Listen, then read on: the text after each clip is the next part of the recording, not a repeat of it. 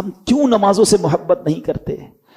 بے نمازی، میں آپ کو یقین کریں وہ وعیدیں سنا نہیں سکتا، لیکن ٹرائی ٹو انڈرسٹینڈ یہ جرم کتنا بڑا ہے۔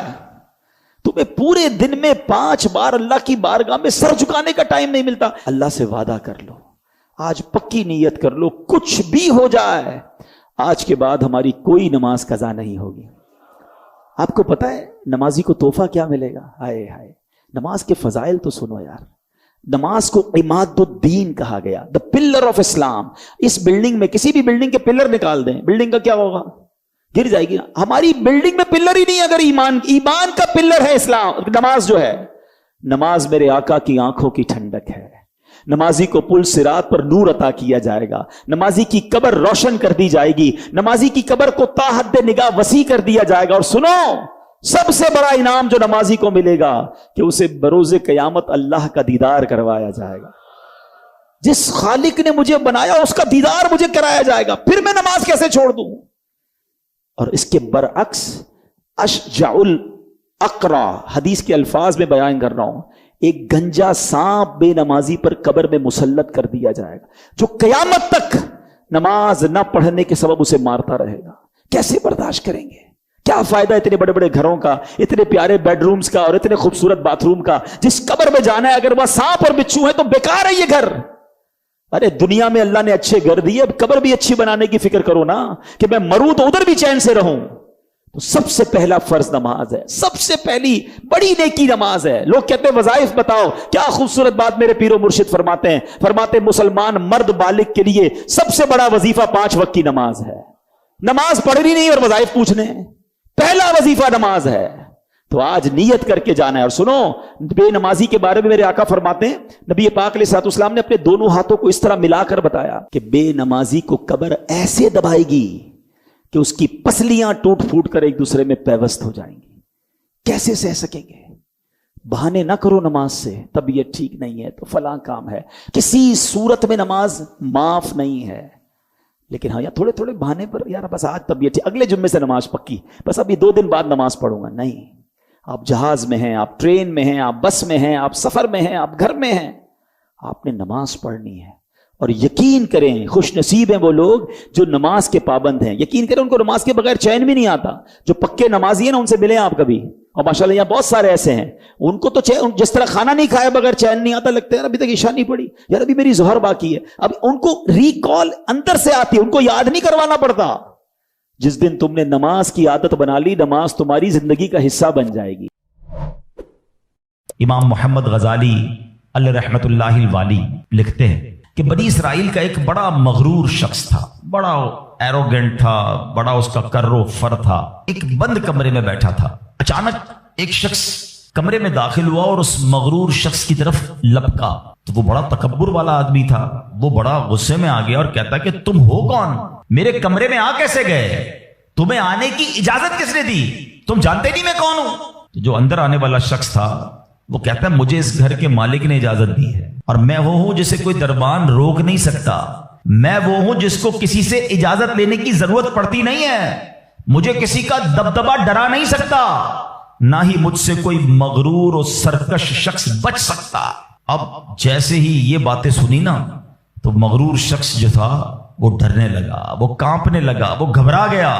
وہ کہتا ہے کہ آپ تو ملک الموت معلوم ہوتے ہیں، کیونکہ جس کو کوئی نہیں روک سکتا، جس کو کسی کی اجازت کی ضرورت نہیں ہے، جس کو کسی کا دبدبا کرو فر ریزسٹ نہیں کر سکتا، وہ ملک الموت کے سوا تو کوئی نہیں۔ لگتا ہے آپ ملک الموت ہیں؟ تو فرماتے ہاں میں ملک الموت ہوں۔ اب وہ شخص تو بڑا گناہگار تھا، وہ رونے لگا، چیخنے لگا کہ حضور تھوڑی سی مہلت دے دیں، کچھ نیکیاں کر لوں، توبہ کر لوں، اللہ کو راضی کر لوں، ابھی میری روح قبض نہ کریں۔ ہائے ہائے، ملک الموت فرماتے تمہاری سانسیں پوری ہو گئی ہیں، اب تمہیں کوئی ٹائم نہیں ملے گا۔ اگر تم نے، وہ پوچھتا ہے حضور مجھے کہاں لے جایا جائے گا مرنے کے بعد؟ فرمایا اس مقام پر جہاں تو نے اعمال بھیجے ہیں، اس گھر کی طرف جو تو نے تیار کیا ہے۔ وہ شخص کہے گا حضور میں نے تو کوئی گھر تیار نہیں کیا، کوئی نیکی آگے نہیں بھیجی۔ ملک الموت فرماتے ہیں پھر تمہیں بھڑکتی آگ کی طرف لے جایا جائے گا، جہاں تمہارے گوشت پوشت وہ آگ نوچ لے گی۔ یہ کہہ کر ملک الموت نے اس شخص کی روح کو قبض کیا، اس کے پورے گھر میں کوہرام مچ گیا، گھر والے رونے لگے، اے میرے پیارے اسلامی بھائیوں، یہ واقعہ ہم سب کو کیا سکھا رہا ہے کہ جب موت آنی ہے نا، جب وہ وقت آ جانا ہے تو پھر ایک منٹ بھی آگے پیچھے نہیں ہو سکے گا، کوئی اس کو ڈیلے نہیں کر سکے گا، بلکہ جس حالت میں ہوں گے نا اسی حالت میں روح قبض کر لی جائے گی۔ ہماری موت کا وقت لکھا ہے، مقام بھی لکھا ہے، یہ چینج نہیں ہو سکتا۔ اگر موت سمندر میں لکھی ہے تو $2.5 لاکھ دے کر بھی بندہ وہاں پہنچتا ہے جہاں موت لکھی ہے۔ اگر موت کشتی سے ڈوب کر ہونا لکھی ہے تو 22 لاکھ دے کر بھی سینکڑوں لوگ ہمارے وطن سے جاتے ہیں اور ان کی موت یورپ کے سمندر میں جا کر ہو جاتی ہے۔ اللہ پاک جو بھی ان میں مسلمان ہیں سب کی مغفرت فرما، مگر میں نے اور آپ نے اس سے عبرت کیا لی کہ بندہ وہاں پہنچے گا جہاں اس کی موت لکھی ہوئی ہے۔ ایک بار حضرت سلیمان علیہ نبینا علیہ الصلوۃ والسلام کی بارگاہ میں ایک شخص بیٹھا تھا۔ آپ کی بارگاہ میں ملک الموت آئے اور اس شخص کو ذرا گھور کے دیکھنے لگے، واپس چلے گئے۔ وہ شخص کہتا حضور یہ کون تھے جو آئے تھے اور مجھے گھور کے دیکھ رہے تھے؟ فرمایا یہ ملک الموت تھے۔ کہتا حضور لگتا ہے میری روح قبض کرنے والے ہیں، آپ مہربانی کریں، آپ کی تو ہوا پر حکومت ہے، آپ ہوا کو حکم دیں کہ ہوا مجھے اڑائے اور مجھے ہندوستان لے جائے۔ حضرت سلیمان بیت المقدس کے علاقے میں رہتے تھے نا، آپ نے وہ حکم فرمایا، ہوا نے اس بندے کو اٹھایا اور ہندوستان پہنچا دیا۔ کچھ دنوں کے بعد پھر ملک الموت آیا حضرت سلیمان علیہ السلام کی بارگاہ میں۔ آپ نے فرمایا تم میرے ساتھی کو کیوں گھور رہے تھے جب آئے تھے تو؟ کہ میں حیران تھا کہ میرے پاس یہ لکھا ہوا تھا اللہ کی طرف سے کہ تھوڑی دیر بعد مجھے اس کی روح ہند میں قبض کرنی ہے اور وہ آپ کے پاس بیٹھا ہوا تھا۔ اللہ اکبر۔ حضرت سلیمان نے کہا میں نے ہی تو حکم دیا اور ہوا نے اسے ہند پہنچایا، اور جب وہ ہند پہنچا تو پرٹیکولر ٹائم پر اسی مقام پر اس کی روح کو قبض کر لیا گیا۔ ہائے ہائے ہائے، یہ ہے میری اور آپ کی حقیقت۔ دوڑتے رہتے ہیں، بھاگتے رہتے ہیں، پلاننگ ہے کہ ختم نہیں ہو رہی، فکریں ہیں کہ ختم نہیں ہو رہی، ہر وقت بیٹھے ہیں اگلا پلان کیا ہے، 5 سال کا، 10 سال کا، ایک دکان ہے تو 2 دکانیں، ایک گھر ہے تو 2 گھر، بڑا گھر، ہوادار گھر ہے، نوکری ہے تو کاروبار کرنا ہے، ملک سے باہر جا کر جناب پیسے کمانے، یہی سوچ ہے بس۔ اس پورے شیڈول میں موت کہاں ہے؟ اس پوری تیاری میں موت کہاں ہے؟ ایک دن ہوگا کہ اچانک اچک لیے جائیں گے۔ سیٹھ جی کو فکر تھی ایک کے 10 کیجئے، موت آ پہنچی کہ حضرت جان واپس کیجئے۔ اور آپ کو پتا ہے جس عالم میں میں اور آپ ہوں گے، بڑی میں اہم بات کرنے جا رہا ہوں، یہ آپ نے دیکھا نا کہ حضرت سلیمان نے حکم فرمایا تو ہند پہنچا، کوئی کشتی میں تھا اس کی موت وہاں تھی، کوئی سمندر پانی کے اندر ہزاروں فیٹ نیچے جانا تو اس کی موت وہاں لکھی تھی۔ اس کا مطلب تو یہ ہوا کہ میں کہیں بھی کسی بھی مقام پر مر سکتا ہوں، میری موت پتہ نہیں کہاں لکھی ہے۔ اب ذرا غور کیجئے، ہم سب پتہ ہے کیا چاہتے ہیں کہ موت کے وقت ہم سجدے میں ہوں، چاہتے ہیں نا اللہ کرے اللہ کے گھر میں موت آئے، کلمہ پاک پڑھتے ہوئے موت آئے، تلاوت قرآن کرتے ہوئے موت آئے، نبی پاک پر درود پڑھتے ہوئے موت آئے، اللہ ایسا کرم کر دے کہ مدینہ منورہ میں موت آئے، گنبد خضرا کے سامنے موت آئے۔ یہی تصورات ہے نا، ایک مسلمان چاہتا یہی ہے کہ یار موت آئے تو کسی اچھے عالم میں ہو، کسی بڑی خوبصورت باوضو نیکی کرتے کرتے دنیا سے جاؤں، تمنا تو سب کی یہ ہے۔ اچھا مجھے ایک بات کا جواب دیں، یہ کیسے ممکن ہے کہ کوئی بندہ صبح سے شام تک نماز نہ پڑھے اور کہے موت سجدے میں آئے، صبح سے شام تک مسجد میں نہ آئے اور تمنا یہ کر رہا ہے کہ مسجد میں موت آئے، باوضو رہتا ہی نہیں ہے تو کیسے امید رکھ رہا ہے کہ باوضو موت آئے، قرآن کھول کر پڑھتا ہی نہیں ہے تو کیسے امید کر رہا ہے کہ تلاوت کرتے کرتے موت آئے؟ جو صبح و شام گالیاں دیکھتا ہے کیا اس کو ڈر نہیں لگتا کہ گالی دیتے دیتے موت آ سکتی ہے؟ جو شراب پیتا ہے اس کو ڈر نہیں لگتا کہ شراب کے نشے میں موت آ سکتی ہے؟ جو بدکاری کرتا ہے اس کو ڈر نہیں لگتا کہ بے حیائی اور بدکاری کرتے ہوئے موت آ سکتی ہے؟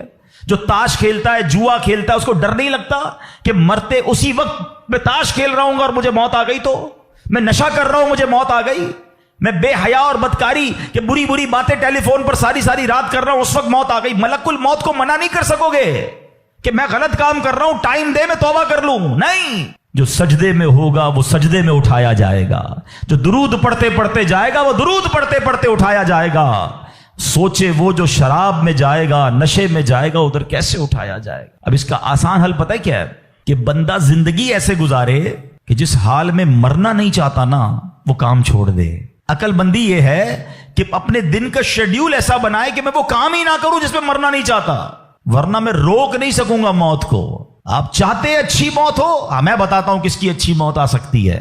جو ماشاءاللہ 5 ٹائم پابندی سے نماز پڑھتا ہے, جو روزانہ تلاوت قرآن کرتا ہے, جو بار بار تسبیح نکال کر تسبیح بھی پڑھتا ہے, درود بھی پڑھتا ہے, جو دکان پر بھی جاتا ہے تو نماز کا ٹائم ہو تو نماز کے لیے کھڑا ہو جاتا ہے, جو حلال روزی کماتا ہے, جو گناہوں سے اپنے آپ کو بچاتا ہے, ارے اس کی تو 24 گھنٹے میں کبھی بھی موت آنی ہے. سبحان اللہ. وہ رات کو سوتا ہے تو باوضو سوتا ہے, اس نیت سے سوتا ہے کہ فجر میں اٹھنا ہے.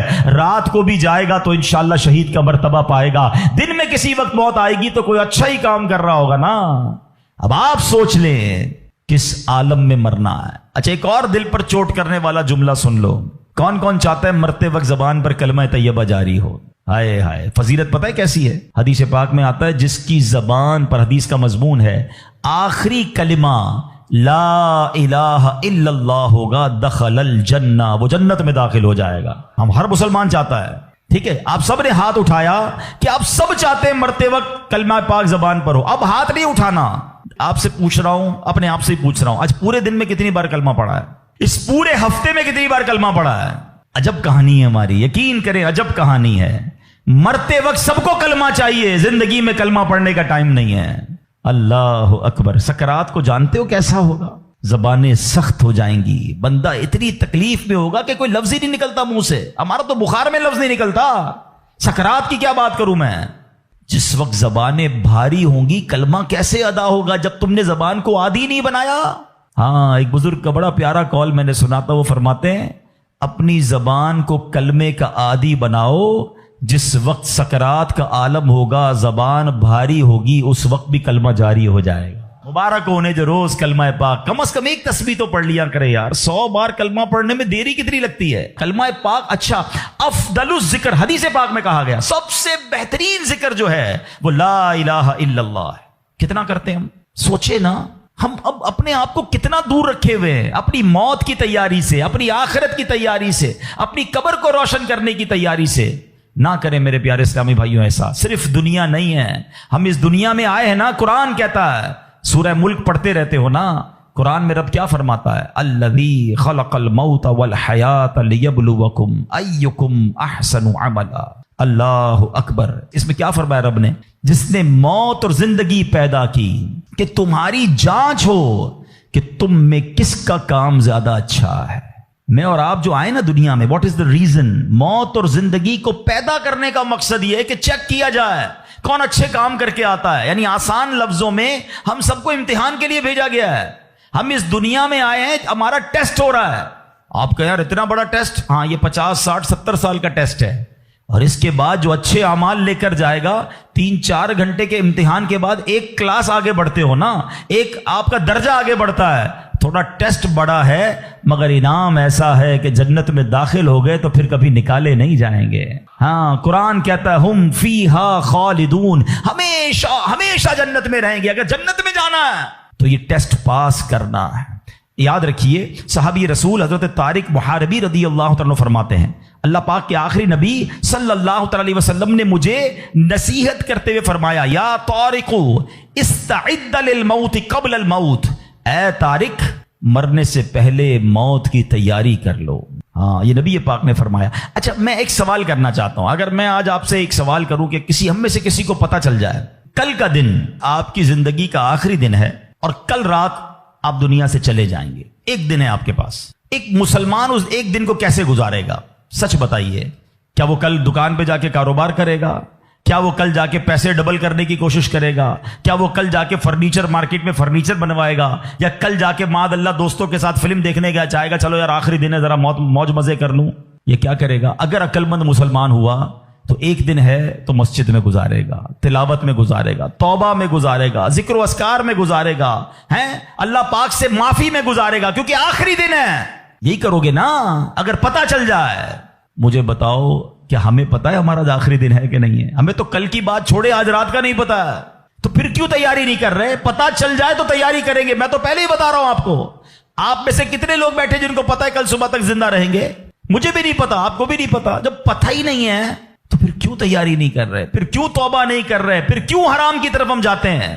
خدا را یاد رکھیے میرے پیارے اسلامی بھائیوں, قبر میں جا کر اتنا پچھتاوا ہوگا گناہگار کو. بلکہ روایتوں میں آتا ہے پیارے آقا علیہ الصلوۃ والسلام نے فرمایا جس کا مضمون ہے مرنے کے بعد نیک بھی پچھتائے گا گناہگار بھی پچھتائے گا. عرض کی حضور گناہگار پچھتائے گا، یہ تو سمجھ آتا ہے، نیک کیوں پچھتائے گا؟ فرمایا گناہگار تو گناہ کی وجہ سے پچھتائے گا، حدیث کا خلاصہ ہے۔ فرمایا نیک اس لیے پچھتائے گا جب وہ آخرت میں نیکیوں کا اجر دیکھے گا نا، تو وہ کہے گا کاش میں اور نیکیاں کر لیتا، وہ جو فضول ٹائم ضائع کیا تھا اس میں اور اللہ کا ذکر کرتا، اور نوافل پڑھتا، اور عبادت کرتا۔ تو یقین جانیے میرے پیارے اسلامی بھائیوں، یہ زندگی، یہ جو ہماری سانسیں چل رہی ہیں نا، ابھی چاند سے ہمارے پاس، جتنی نیکیاں کرنی ہے کر لیں۔ جس دن سانس بند ہوئی نا، اس دن عمل نہیں ہوگا، اس دن